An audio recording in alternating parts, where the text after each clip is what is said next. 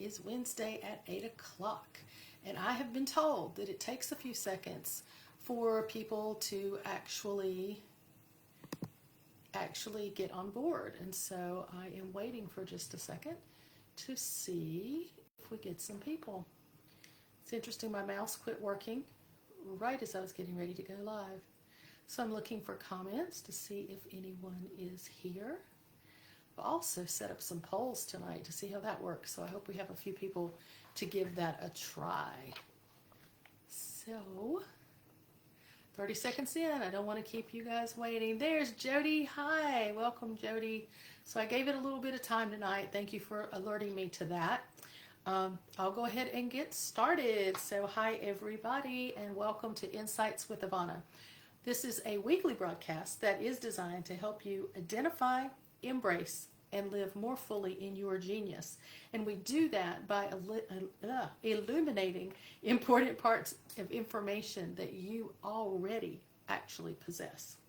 So tonight we're going to be talking about step 4 of 10 ways to illuminate your insight. I am Ivanna Manthor Anderson, and I am the founder and chief luminary officer of Luminary Insights, which is an intuitive coaching brand. You might be able to tell I'm trying to do this a little bit differently tonight so that I'm not going between the two screens. And it is an intuitive life coaching brand. I'm also a #1 best-selling author, which is a very exciting new piece of my life since August of this year, in a book entitled Women Who Shine. So some of you have seen the book before. I've got to balance all my pieces. Women Who Shine, with my own personalized cover of the book. Thank you for those that have already purchased. And guess what everybody's getting for Christmas or Hanukkah or New Year's or whatever this year. Anyway, yeah, thank you, Jody. Thank you. I appreciate you being one of my biggest fans, and I appreciate you being here. And I also, in the book, I talk about my journey, and part of my journey is learning to give up the judgment. And that's what step 4 is all about. And it is such a powerful way to actually become the golden version of you, to actually learn to give up the judgment. And we judge so naturally that we often don't even realize that we're doing it. And so, think about it when you walk into a room, or when I walk into a room. When I walk into a room, without even realizing it, I start sort of sizing up everybody that's there. I might look at someone and go, oh, they look friendly. They look really approachable. Or, he might not be very approachable. Or, you know how we women are, her dress, it's a little tight. Or, gosh, he's kind of underdressed for this event, don't you think? Or, that hat's really showy. Or, oh, they look really sad. I wonder what's going on. Oh my gosh, the band is awfully loud. All of those things are ways that we judge. And I'm going to try my first poll now and see if it works. Because what I want you to tell me is, how many thoughts does a typical person have in one day? 400 to 600, 4,000 to 6,000, or 40,000 to 60,000. So I'm going to activate that. I think it's activated. This is new for me. So let's see if you are able to actually give an answer to the poll. I can't see the chat while I've got the poll up, and I do have a vote. So yay. So the answer that we've got right now is 4,000 to 6,000. Well, guess what? In reality, the typical person thinks between 40 and 60,000 thoughts a day. Just like we talked about walking into that room, our brain goes in so many different ways. We have so many different thoughts. But you know what, to me, even more amazing than that is the fact that there's a certain percentage that are typically negative, according to the research. So is that percentage of thoughts, those 40 to 60,000 thoughts, is that percentage 30% negative, 50% negative, or 80% negative? And let's see what we get on that one. I hope it's working. 30%, 50%, or 80%. All right, so the answer that I got there was 50% negative.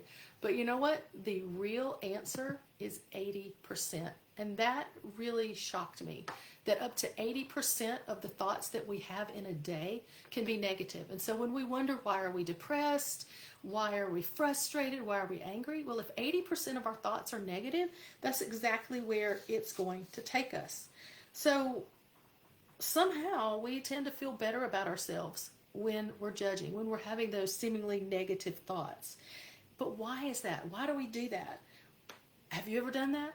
I think about being in traffic and somebody cuts me off, right? Everybody's had that happen, I bet. Somebody cuts you off in traffic. Somebody cuts me off in traffic.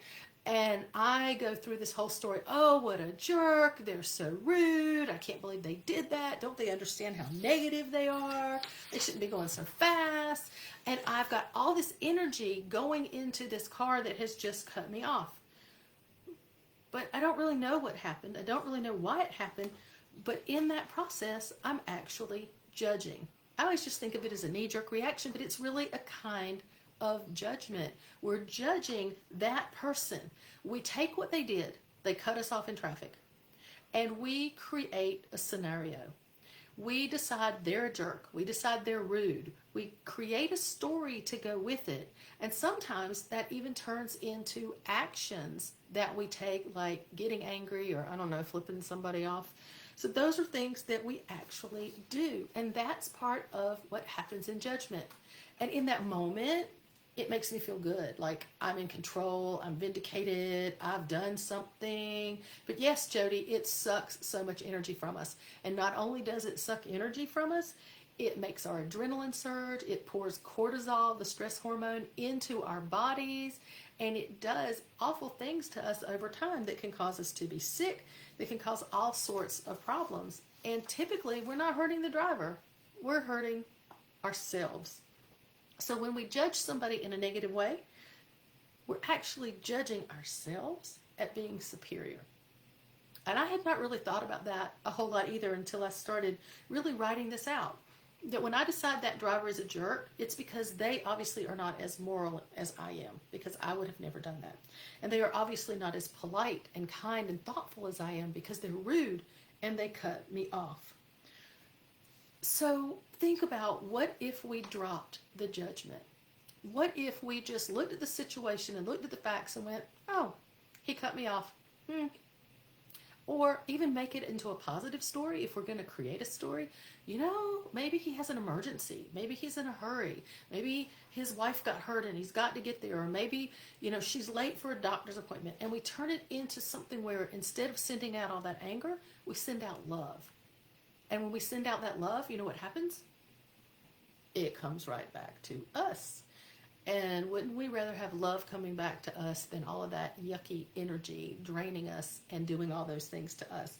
So I tell you, my doctor certainly says yes.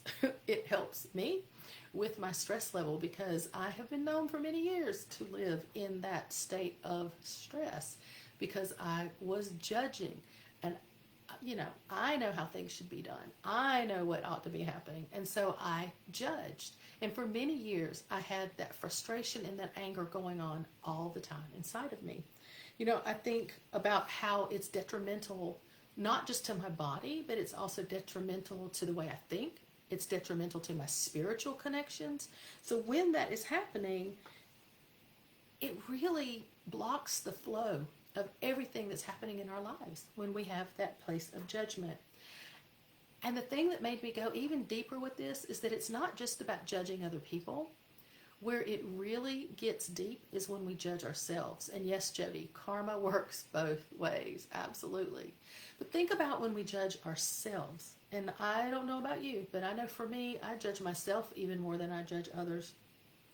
And I think about growing up. And at about the age of 5, I gained weight for no apparent reason and struggled with it for most of my life. And, you know, when I hung out with my friends, they were always thinner, maybe more athletic, and in my opinion, prettier than I was. And when we would go out together, I would get a very different kind of attention, if any at all, from the guys. Different attention than the girls got, my friends got. And that left me feeling kind of sad and kind of less than. And it's like, you know, I'm being judged by a physical trait instead of who I really am. Jody, it sounds like you can relate a little bit to what I'm talking about. And I wonder if others, as you listen to this, if you can relate too.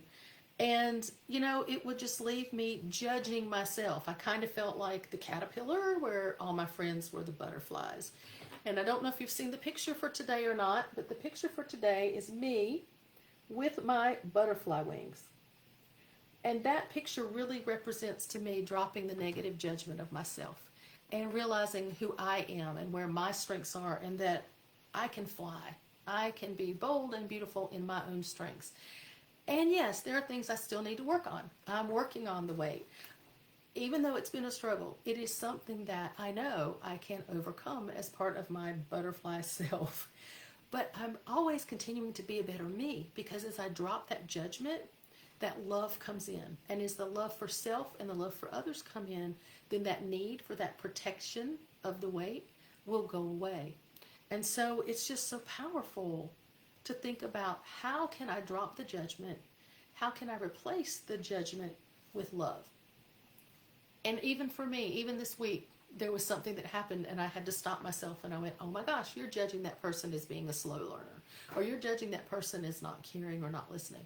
Instead of stopping and just sending out love. Or I judge myself, like, well, I just must not have expressed myself very well, or I must not be a good communicator because. And again, stepping back. If I'm going to create a story, create a positive story and do it in love. So without looking through the lens of love, without looking through the lens of judgment and looking through the lens of love, I'm able to see innocence. I'm able to see equality. And it's really almost like living in a different world. And when I see the world differently, I act differently. When I see the world differently, the world sees me differently. And I'll tell you, one of the things that really helped me is this book called The Judgment Detox by Gabby Bernstein. I highly recommend this book. This book is one of the things that has really helped me transform my thinking from unconscious judgment to conscious love and acceptance. And I still have moments where I have to catch myself and I have to step back. And Gabby says in the book, it'll keep happening. Even she, the author of this book, it still happens. It's our nature. But when we can stop and catch ourselves and turn that judgment into love, it can change our whole world. So I'm curious, if you are willing, after you've thought about this for a couple days, come back to this broadcast and put some comments in. What did you think about judging? Did you realize that so many of your thoughts could potentially be negative? Did you pay attention to them? And what did that do for your thoughts? And after you've paid a little bit of attention to it, then how can you change it? How can you switch it? I've noticed myself, even in the middle of a conversation with my husband, sometimes going, oh my gosh, I'm judging. I've got to stop, take a deep breath, change where I'm going with it, so that I can change the way it's happening. And we're actually at the place where we can say things like that to each other. Like, wait a minute, I'm judging. Let's start over. Let's just delete this piece and start over again. So really want to hear from you, how, if you're willing, how do you change your judgment into love, and how does it change your world? And then not only come back and give me some notes about this, but share this with your friends. These blogs are all being loaded onto my website, myluminaryinsights.com. And if you want to get all 10 of these steps, they are a free gift when you purchase the book. On the website, there's a book page. When you purchase the book, you can actually download all 10 steps. Oh, special guest star tonight, my sister. Hi, Rhonda. One of my sisters. We need to get the whole family here. So, you know, really, and I know you're just jumping on, Rhonda, but we're talking about dropping the judgment and replacing it with love, and how it can change our lives. And that is step 4 of the 10 ways to illuminate your insights, is to drop the judgment. And that ties back to the previous ones, with step number 1 being find your joy. You know, when you're in your joy, it's harder to judge others, because we judge others to try to make ourselves feel better. And that's part of taking 100% responsibility for ourselves as well, is being able to say, I want to choose and live in love instead of that judgment and trying to make myself feel better. So if you didn't get to hear it all, I hope you'll go back and take a listen to it. And I'll just show the picture again. It'll be up there. I love my butterfly picture. Such a way to think about coming out of the troubles, the struggles, feeling unworthy, and just really, I don't know if you know, but the caterpillar turns to mush before it becomes a butterfly. So think about in our lives where we've kind of turned to mush. Let's come out of that mush as a powerful, beautiful, strong butterfly, dropping the judgment and living in love. So again, please share with your friends and let them know that they can come here to the Facebook page or to myluminaryinsights.com to watch these blogs. And thank you, ladies, both for being here tonight. I appreciate it so much. Have a wonderful evening.